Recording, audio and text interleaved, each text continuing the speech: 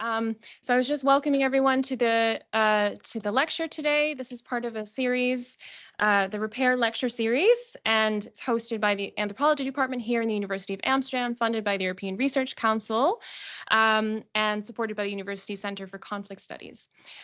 So today's lecture will be around 40 to 45 minutes, or however long Michael would like to speak, and then we'll have about half an hour for Q&A afterwards. We are recording the lecture part of today's discussion, and we will not record Q&A. So just in case that's important to anyone to know. And at the end, if you would like to ask a question, obviously for those online, you can put that in the chat. For those in the room, we have 2 microphones set up here as well as at the back. So if you would like to ask a question, it'd be great if you could approach one of the microphones so that our online audience can hear you clearly as well. So now, without further ado, let me introduce our speaker today. It's our great honor to welcome Michael Banner. Professor Banner is Dean and Fellow and Director of Studies in Theology and Religious Studies at Trinity College, Cambridge, and he is known for his extensive work on the history and contemporary relevance of Christian ethics. He describes himself in his most recent book as an ethicist with a particular interest in religion and social anthropology, and his work has had an important impact on anthropology, notably through his book, The Ethics of Everyday Life, Moral Theology, Social Anthropology, and the Imagination of the Human, published in 2014, and which led to a series of symposiums and conferences. Michael's work also manages to be of great practical relevance. He's chaired or served as a member of numerous government committees, and he's a regular contributor to discussions of public policy on topics from animal testing to pollution and debates around reparations. He's currently shaping public debates around reparations for colonialism in the UK specifically, through his 2024 book, Britain's Slavery Debt, Reparations Now, in which he makes the moral case for reparations before describing how they could be implemented practically. So today, Michael will give a talk entitled Enslavement, Colonialism, and Moral Repair, Some Problems with Apologies. So please do join me in giving him a warm welcome. And with that, we will shift over to you, Michael, and I will just shift the text slightly as well, so all of you online can have a... Do I just do that?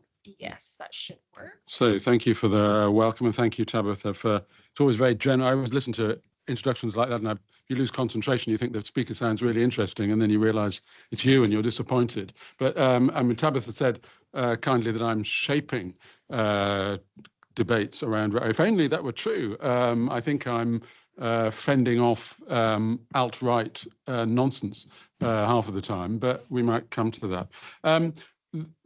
Tabitha mentioned I'm interested in my previous project was very much around social anthropology. The little book I just published just over a year ago, Britain's Britain's Slavery Debt, Reparations Now, is very much it's meant to be a short, simple argument for reparations, a whole argument from beginning to end.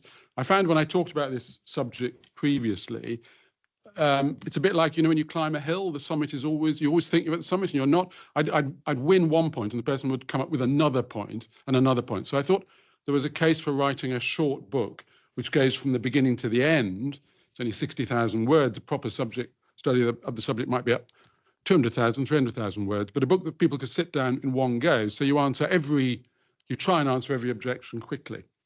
So it doesn't really have much in the way of anthropology or ethnography, but what I want to talk about this afternoon is about the closest I came in that, or I'm coming in the discussions I've had since, because I found a lot of people in Britain, and I'm speaking very much from a British perspective, and I hope, pity we're not recording the question and answer. I think question and answer, I'm hoping that's going to be the most interesting bit, because I'm going to talk from a British perspective, but I'd be very interested to know how things feel from other perspectives, in particular, obviously from the Netherlands. But when I've been talking about this subject, I've got a lot of pushback on all fronts. But one way people really get stuck is on the matter of apology.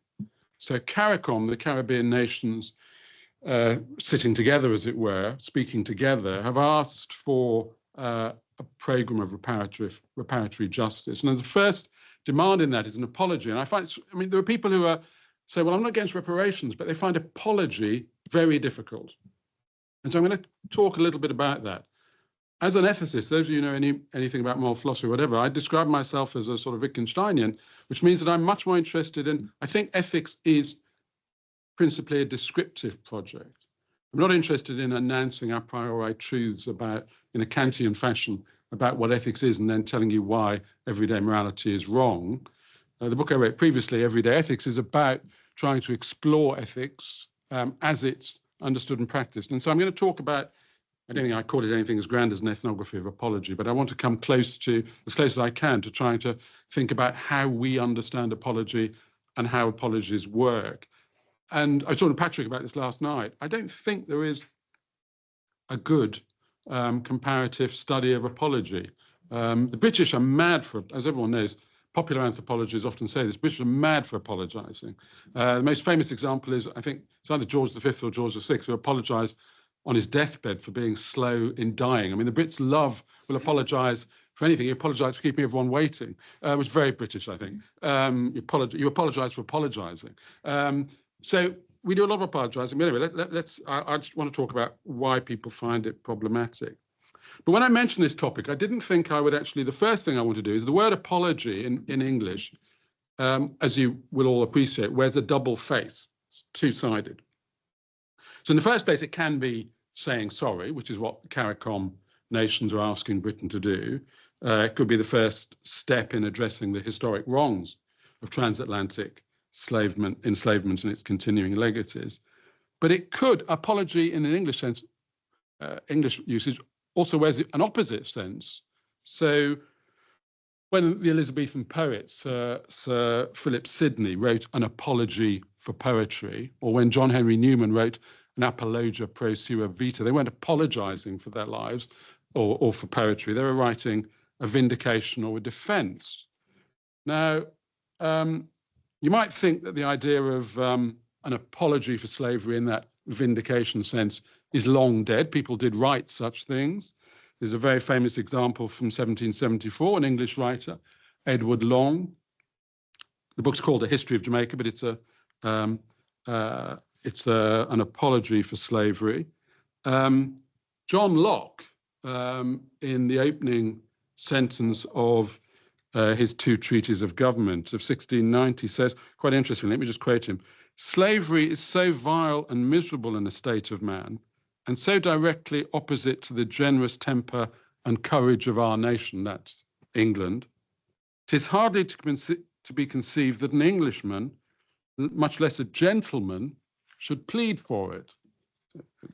So vile, Locke saying, it's inconceivable that anyone should plead for it. What's quite interesting about that, of course, was that the slavery that Locke was denouncing was not literal slavery, not enslavement as it was being practiced in the Caribbean. He was denouncing the metaphorical slavery of a political subject who is subject to the tyranny, as he would have called it, of having your rights infringed on, particularly your rights of property infringed on by an authority which exceeded its legal powers. So it is inconceivable that an Englishman, let alone a gentleman, should plead for it, but that didn't stop Locke being invested in the Royal African Company, which is one of the first royal companies into Africa, buying slaves, enslaved people in large numbers. Now, as I say, you might think that an apology for slavery is an historic matter, and I wish it were, but I'm going to come to other aspects of apology, but I want to say something first of all about the zombie-like revival of the apology for slavery as a genre in outright discourse. It doesn't actually come out as an apology. It doesn't actually say slavery was a good thing. What it comes out as now is a series of denials. Slavery was not as bad as people say. I don't know whether I'm speaking, as I say, from a British perspective. We have all sorts of organizations with curious names like History Reclaimed and so other such names who are trying to take back colonial history as a source of pride rather than shame. And in this genre, the revival of an apology for slavery is to be found. One contemporary British, I'll call him a polemicist, I don't think there's any other word, insists that transatlantic, just to give you the sort of flavor of it, insists that transatlantic slavery was not uniquely bad. The suffering of the enslaved on the Middle Passage and on the plantations was not unprecedented. I'm not making this up, I promise you. Britain's economy was not immensely benefited by the trade. The hardships of the enslaved were not worse than the sufferings of the working class in England at the time. Contemporary poverty in the Caribbean is not attributable to the history of enslavement and its legacies. Current day racism is not a legacy of enslavement because there is no current day racism in Britain, and so on and so on. So these are not affirmations. It's not slavery was a good thing. There are a series of denials aimed at saying, look, all the fuss about slavery and reparations is nonsense. If anyone wants to talk about that nonsense, I'm happy to talk if anyone wants to pick up any of those points. But I just want to pick up, the only thing I find interesting, I find attacks from the right generally when I've written it, the attacks from the right have generally been uninteresting. Just profoundly stupid, mostly. Attacks from the left are much more interesting. I'll come to that at the end. But these attacks from the right I find uninteresting. But there is one bit I found interesting because it's an echo of an argument that was important in the late 18th and early 19th century. And that's the claim that is surfacing again, that the conditions of the enslaved in the Caribbean were no worse than the conditions of the British working class at the time. And so for now to be saying sorry and apologising, what are we going to do about the workers of Manchester or Liverpool or wherever it would be?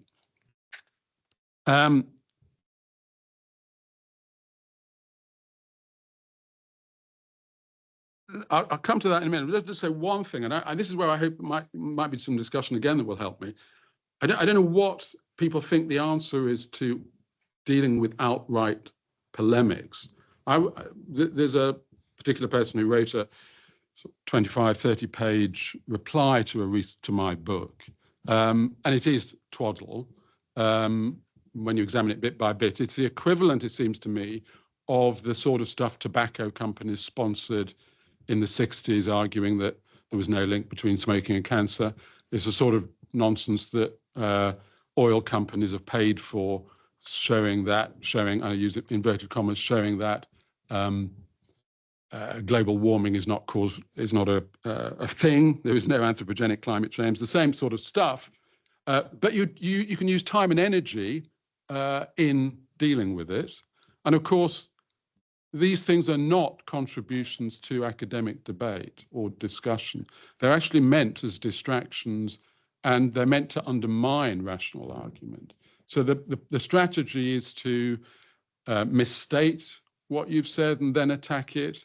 It's to ignore evidence, contrary evidence. It's to create confusion, sow the seeds of doubt, to say the case is not as strong as it appears. And I don't know what one does. What do you answer it point by point? Do you ignore it? What do you do? I'm interested to have that. But as I say, I'll just pick up one because I think it is intellectually interesting. This argument that it's a popular argument from the 1800s, early 1800s, that staple of the debate in Britain, the British workers were no worse off than enslaved people. Now, of course, in the 1800s, 1780s, 1790s, 1800s, this argument comes up a lot. It'd be very tempting, I think, it would be tempting to just make an ad hominem point, which is to say that the people advancing this argument, that the enslaved in the Caribbean were no worse off than workers in Britain, were no more concerned for the workers of Britain than they were for the enslaved in the Caribbean. That's a simple ad hominem point, and I think it's true. It's generally true at the time. But it's interesting that actually by the 1820s and 1830s, this becomes an argument of English radicals. So people who genuinely were, Cobbett and the like, English radicals in the 1820s and 30s who genuinely were concerned for the plight of the working class in Britain, start to use this same argument. And it's now paired with developing racism in Britain. It's now paired with the thought that given that our conditions are no worse, are as bad as the conditions of the enslaved in the Caribbean, and we are racially superior, isn't this a scandal? So working class opinion in the 1820s and 30s, which had been abolitionist, suddenly switches well, not everyone all at the same time, but shifts to an anti-abolitionist argument on the basis of racist assumptions.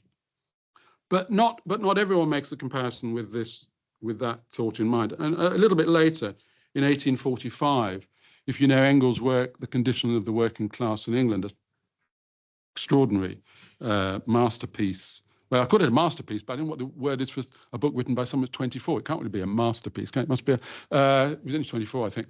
I mean, unbelievably brilliant work. But he himself draws the parallel countless times in the book, draws a parallel between the conditions. He's writing about Manchester, more specifically Salford, the centre of the Industrial Revolution. And he compares the horrors of Manchester and Salford with conditions of slaves. So it's not only ad hominem points, because he was concerned about the condition of both.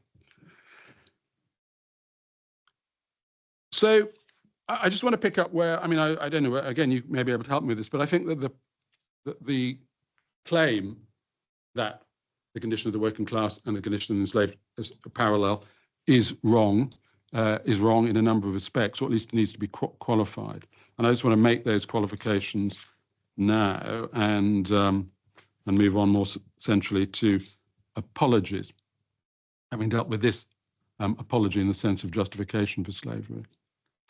What you may or may not know is that the death rate amongst the enslaved from the day of capture to, say, 10 years on a plantation was just astonishing. I apologize to speak of an unpleasant matter, but it's an unpleasant subject. But what I find a lot of Brits who don't really know this history very well, don't know that what we call plantations, and plantation's been a euphemism in England, and plantation owner has very specifically been a euphemism in England. A standard work of reference, the Oxford Dictionary of National Biography, until about 20 years ago, would describe someone as a planter, meaning an enslaver. But the word plantation is, of course, a euphemism, because they were slave labor camps. More specifically, they were slave labor death camps. And what I mean by that is not just people died on them. Of course, they died. Slaves died in slavery, but that the death of the slave was intended and foreseen as a consequence of the management of the plantation. So we know from correspondence, we know from Archbishop of Canterbury's sitting in London discussing the need to buy slaves for the plantations that the Church of England owned in the Caribbean. We know that they would discuss how many new slaves they needed, new enslaved people they needed, knowing that the slaves were dying and not reproducing because they were kept in such conditions that their deaths were brought forward more than one would expect and anticipated. It was cheaper to buy new enslaved people than it was to maintain them alive. So I think the first point to make is that although Engels and others find parallels between the experiences of the enslaved in the worst of conditions endured by the English working class, so the worst conditions in Manchester and Salford may be comparable, and he's not wrong to say they're comparable. This is to compare what were the worst conditions for the working class in England with what was the everyday norm for the enslaved. So it's a slightly false comparison. I think that second point to make here is that even though the material conditions of the slave labor death camps of the Caribbean and some of the factories of early 19th century Britain were comparable, a key difference is that the hardships of the working class, however much they threaten their well-being, were not written into their status. So God knows it must have been hard for the urban poor of England to create and sustain domestic bonds and affection, ties of kinship. But it was in principle and often in practice possible for them to do so. Enslavement, by contrast, denied the very legitimacy of the bonds of kinship, except in the curiously inverted homage enslavers paid to kinship by holding that the child of an enslaved mother was him or herself enslaved. So it's the only bit of homage to kinship I think one can find in the practice of slavery, this regard for the progeny as themselves slaves. Slavery was an inherited status passed down the generations, but in no other respect did the practice of enslavement on the plantations acknowledge or respect any other ties of kinship.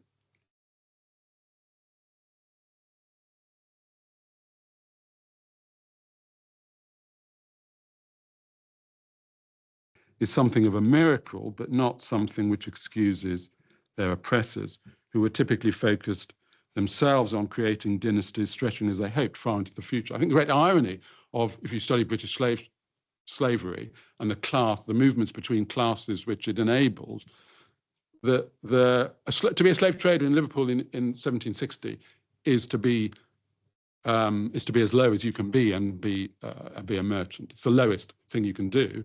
And of course, the ambition is to marry your children and get them into professions and marry well. And you can do it in England. You can move from being a slave trader, you may have started life as a mariner, as a boy on a ship with no qualifications whatsoever. You may become a slave trader, you may become a slave merchant. You can hope that your grandchild will be an aristocrat in England. It's perfectly possible, plenty of examples of it. So the irony is that this system, which depended on the utter obliteration of ties of kinship, was itself devoted to creating and sustaining and advancing ties of kinship and social ties above and beyond people's own class. So I'm not sure how to summarize the differences between the English working class and the enslaved, but I'm tempted to say that the objection of the working class in England in the 18th and 19th century was contingent and diminished their chances of human flourishing, but that the objection of the enslaved was part of their very status as slaves.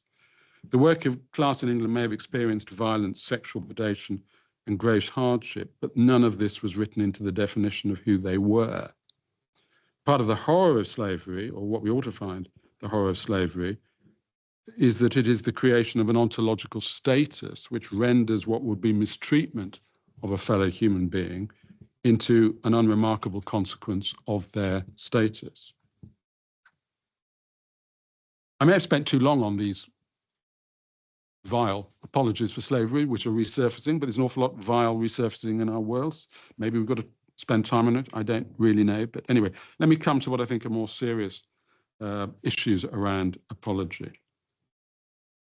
I find people of goodwill. I mean, the people I've been talking about, I do not call them people of goodwill. I don't know what they are. They're not people of goodwill. People of goodwill who entertain the possibility of reparations will often allow. I take Engels out of that, but Engels wasn't engaged in an argument about enslavement. But the contemporary people who pick up that sort of argument. But there are people who allow that enslavement was a grievous wrong, but think that we are not the people to make the apology. So slavery is, they're not denying the premise slavery is a grievous wrong. They may not even deny that there was an apology due, but we're not the people to make the apology. In fact, there is no one who can make the apology now, I've heard people say. Someone could have apologized back then, the slave trader, the plantation owner, whoever it is. But now you might say the offense just stands on the books, it's historic, and there is no one who is standing to make amends. Now, the general limits on, this is where I'm saying I'm trying to be slightly descriptive, the general limits on apology, at least I think, are well understood, generally well understood. We typically apologize for what we have done or what we could have prevented. And plainly, we, the current generation, have neither practiced nor tolerated enslavement. Of course, you could say there may be no case for apology, but there could be a case for reparation or restitution. We're very familiar with that. So imagine that I possess a Picasso, sits on my wall, which it's been sitting there for some while. I bought it quite legitimately 20 years ago. But unbeknown to me, it's only just been discovered, it was, in inverted commas, acquired from Jewish refugees back in the 1930s on plainly fraudulent terms. I bought the picture in a perfectly regular way. I would expect, at least in British law, I would expect to return the picture. You don't gain title from a picture merely by the fact that you bought it. If it's been stolen, the title remains with the person who bought it. I may be required to return it, but I wouldn't to make an apology. I mean, I'd give it back. The police would come and take it. I'd give it back. I wouldn't be expected necessarily. No one would think it odd if I didn't write a letter to the true owners back in wherever it is, apologizing. So you could believe in restitution, you could believe in reparation without believing in apology. The two don't necessarily go together. There are, however, I think, two important respects in which the situation obtaining between Britain and the Caribbean is unlike the imagined case of the innocently acquired Picasso. First, whilst the bounds of interpersonal apology are typically set by what we caused or could have prevented, certain ties to those who caused or could have prevented the wrong are typically regarded as giving us grounds or standing for making an apology. We see this very clearly if we just tweak the Picasso story, change it just a fraction. Imagine that the person responsible for the original purchase was my grandfather, from whom I inherited the picture. Yes, I should return the picture, same point, but I would certainly need, I think, well, arguably need, I think certainly actually, need to return it with an accompanying expression of apology and regret. At least you wouldn't think it was odd if I said, as I return the picture, I'm sorry that my family took what was yours. An apology would be the more urgent if the confiscation of the picture had actually caused hardship to the family from whom it was taken or for whom it was a huge sentimental loss. It would be morally tone deaf, in my view, to ignore the familial links between past and present in this case by packing the picture up and sending it home without a word. And it would be literal-minded just to say, apology doesn't make sense since I neither caused nor could have prevented the original wrong. This identity between me and a previous generation gives me a status for apologizing. We apologize, of course, for the deeds of others all the time.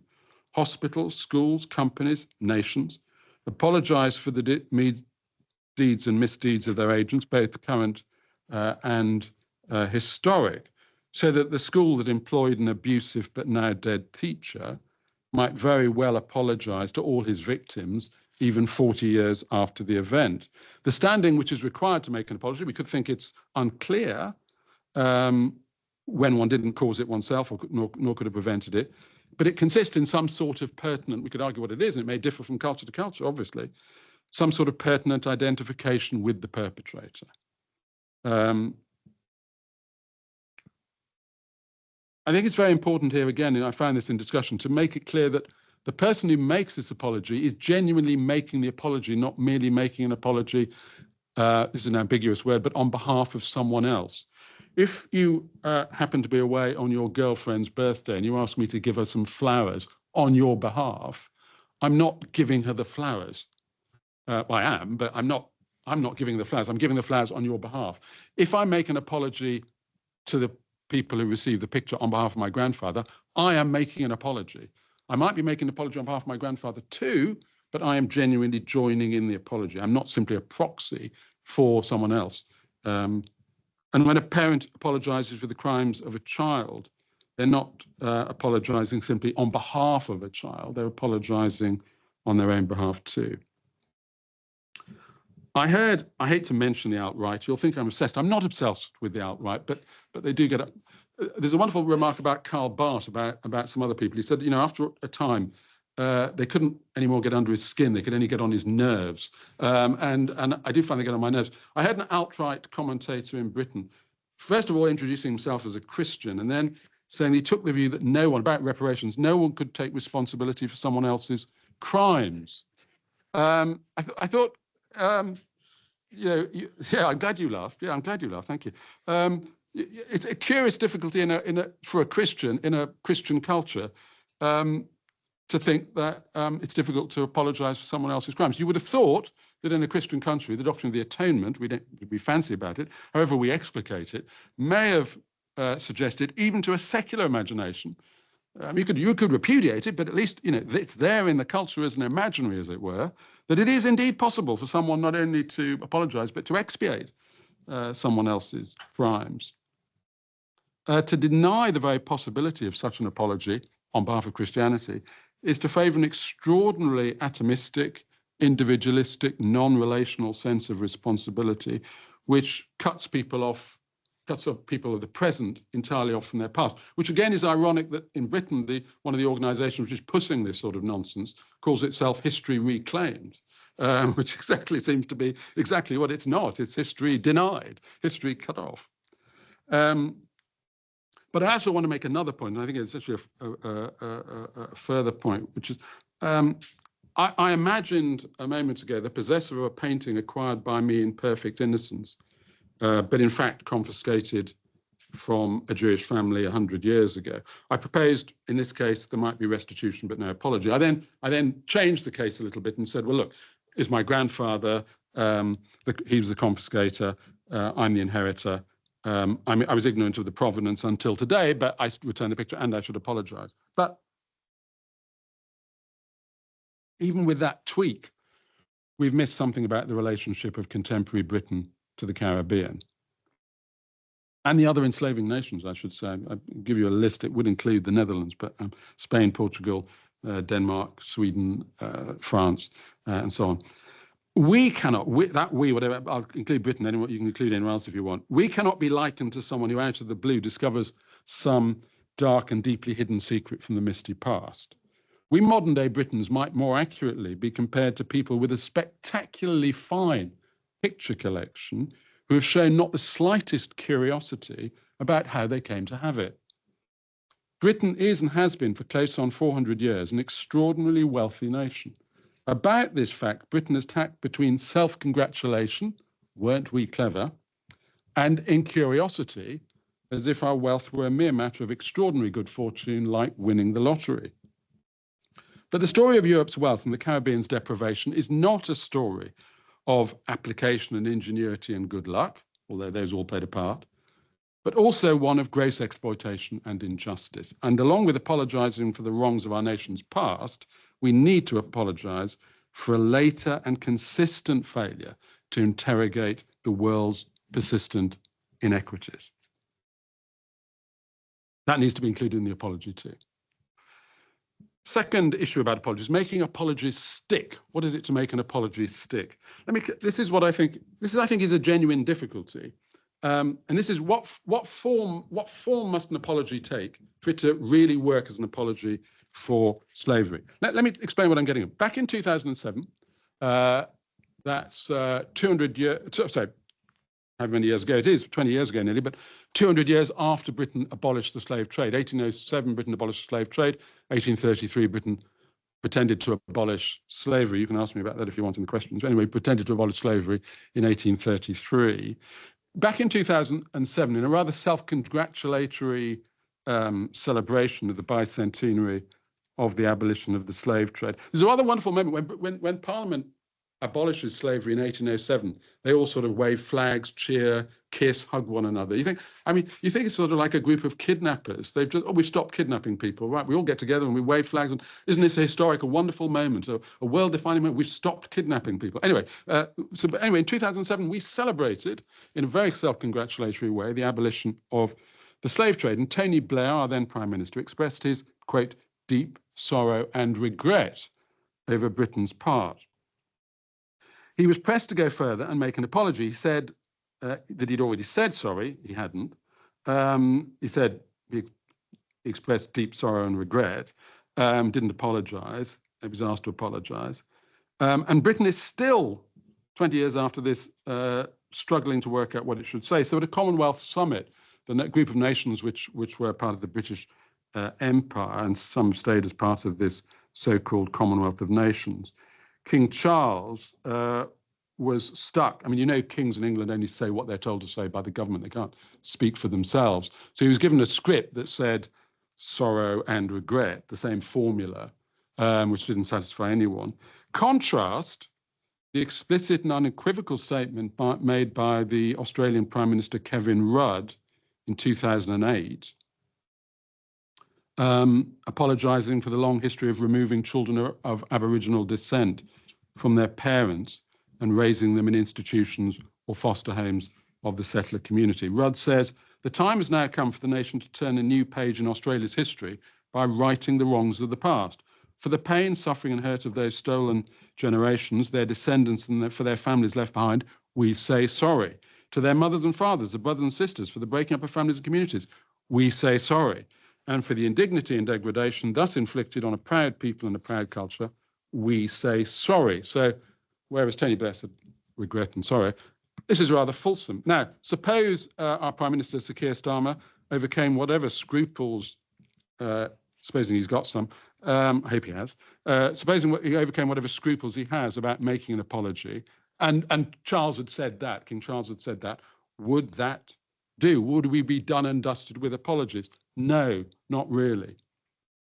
for this reason.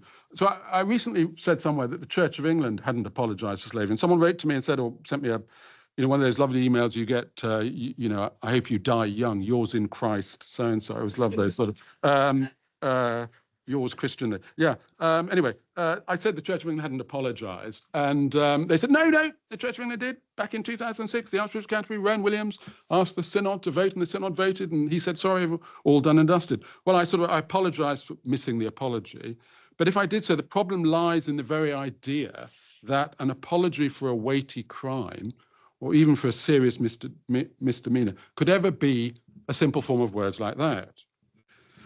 An apology is an apology is an apology, perhaps, but there's something important about the nature of apologies and the fact that the character of an apology, its necessary weight and the form it must have, is crucially dependent on the nature of the offence for which the apology is being offered. So in a standard English way, if I a mumbled sorry, if I bump into you, say sorry, that would suffice. If I'm a couple of minutes late for this meeting, I'm sorry, that's enough. If I found you the next day moody and withdrawn, and I said, what's the problem? You said, well, you were late for a meeting. I said, sorry, that's enough. Now, if what I'd apologized for the previous day was to my partner for a serious sexual infidelity, and they were moody and withdrawn the next day, and I said sorry, you'd realize I'm missing the point. A trivial apology for a trivial wrongdoing can be light and trivial. It's an instance. But when you're trying to apologize for something bigger, an apology needs to have, I don't know how to put this really, you might find a more elegant way of putting it, needs to possess an existence in time. In the case of the history of enslavement and colonialism, you can't, saying sorry at a press conference over dinner is never going to work. Whatever Charles had said at dinner it would have been covered, but it wouldn't have stuck. What is needed are three things, I think.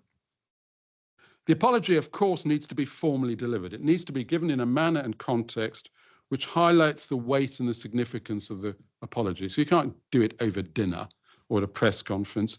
In Britain's case, an apology for the history of the nation's complicity in the transatlantic slave trade would need to be a highly orchestrated event with words from the King, from the Prime Minister, perhaps from the Archbishop of Canterbury, given in a formal setting, on a formal occasion, might be the Palace of Westminster, on a formal occasion. It would need to be said, eye to eye, always better to apologise face to face. You can't send an email. Don't apologise by WhatsApp, apologise face to face. And you can't do this by a press conference. It needs to be said to the representatives of the nations who are still suffering as a result of that trade.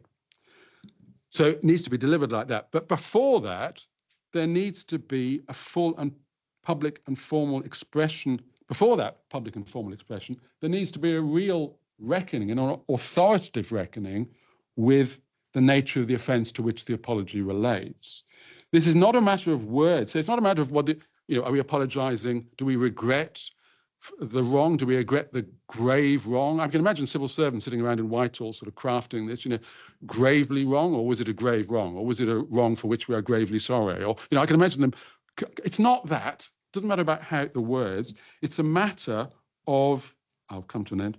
It's a matter of the apology being based on authoritative reckoning with the wrongs which demand the apology. And Britain's been forgetful of its history. It's painful. A Caribbean historian from the 1950s said that Britain remembered, you would think reading British historians, that Britain practiced slavery for the sole joy of abolishing it. But I actually think it's worse than that. I think children grow up thinking that we abolished slavery, but the Americans practiced it. Aren't we good? Right. So we would need something, the equivalent of something like the Truth and Reconciliation Commission in South Africa, the equivalent of that for slavery, preceding an official apology to show that the apology is serious and respectful and not simply light and flippant. The third thing, and quickly, is for an apology to be more than an event. I'm almost tempted to say for it to be existential. I don't really know what I want to say. I don't know what the word is, but for it to be more than an event, we need to find a way of making that apology exist through time. Two ways of doing it, may not be the only ways, but two that occur to me, is one is through the construction of a national memorial monument on a site of national significance, where its permanence serves to express the apology day by day and into the future. The other would be to have an annual day, and maybe the two together, a memorial and an annual day, which is a day of remembrance, which reenacts the apology on a yearly basis. This is there's no answer, it seems to me, not one answer to the problem of giving an apology an existence through time. But if an apology is to stick, if it's to land, I think it has to have that sort of existence. I'll conclude with the fourth. I said that the only attacks I found, maybe I'll be, so I'm going to say pleasantly surprised. No, I don't think I'll be pleasantly surprised, but maybe I'll get an attack from the right here, and that will surprise me. But most of the attacks from the right I found dull. I've had some attacks from the left, comments from the left, which I think are much more interesting and challenging. And I essentially agree with them, or think that they leave a problem for apologies. There's a danger, people say to me, look, the apology, everything's done and dusted. And various people have said to me, of course, that the legacy of the British Empire in the round, not just in the Caribbean, I've dealt with the Caribbean because the Caribbean has actually made a claim, but the legacy of the British Empire in Africa and Asia is such that one couldn't do justice to this history by a one-off payment and by an apology.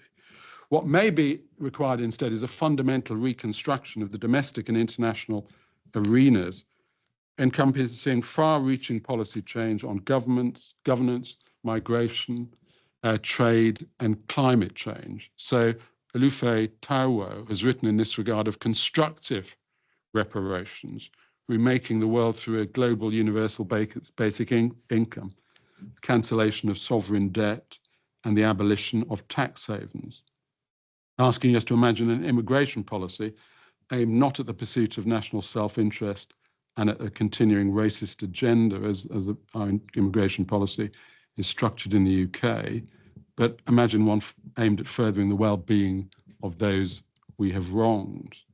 So from the point of view of American scholars such as Adolfo Reed and Nikhil Paul Singh, it is the case, this isn't going to become a surprise to any of you, that capitalism could be regarded as inherently unjust by its nature, and that the politics of reparations could be regarded as pursuing a liberal goal operating within a capitalist paradigm, putting a false and misplaced trust in a flawed system and its capacity to make amendments for past wrongs with lasting consequences. If so, it is misdirected. But all I'm going to say to end is I think those are fair comments and important points of discussion. But it is to say that in my view, a discussion of, although I've talked about, in the British context, I've talked about reparations and talked about payments. This to me is the beginning of a discussion, not the end. The aim of it is to, in the bigger picture for me, and I could talk about this if anyone wants, the bigger picture is to address the legacies of enslavement, which are expressed in the continuing politics founded on fear and resentment, expressed through, strikingly and typically still through, an exploitation of racist tropes in our politics of migration, poverty, well, you name the area. So that to me, this is the start of a conversation, not the end of it. But if anyone wants to have a go at that, they should. Thank you.